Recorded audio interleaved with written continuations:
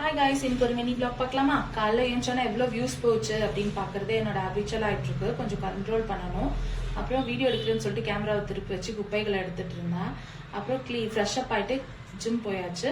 Leg work out இன்னைக்கு நல்லா ஸ்ட்ராங்கான லெக் ஒர்க் அவுட் ஸ்டார்ட் பண்ணியாச்சு. இன்ட்ரெஸ்ட்லாம் நல்ல ப்ரோக்ரெசிவாக வந்துச்சு வித் வெயிட்ஸோட. அதுவே ரொம்ப ஹாப்பி, நல்ல ப்ரோக்ரெஷன் இருந்துச்சு அப்படின்ட்டு. அதுக்கப்புறம் ஏர்டெல்ல ப்ரெசன்டேஷனுக்காக இன்னைக்கு இன்வைட் பண்ணியிருந்தாங்க. ஸோ ஏர்டெல் ஆஃபீஸ் போயிட்டு அவங்களுடைய ப்ரெசன்டேஷன், அவங்களுடைய ஒர்க் ஸ்பேஸ் எல்லாத்தையுமே பார்த்துட்டு அதுக்கப்புறம் ப்ரெசன்டேஷனுக்காக ப்ரிப்பேர் பண்ண ஸ்டார்ட் பண்ணிட்டேன் காஃபி குடிச்சிட்டு. ப்ரெசன்டேஷன் இன்னைக்கு ரொம்ப ரொம்ப நல்லா போச்சு.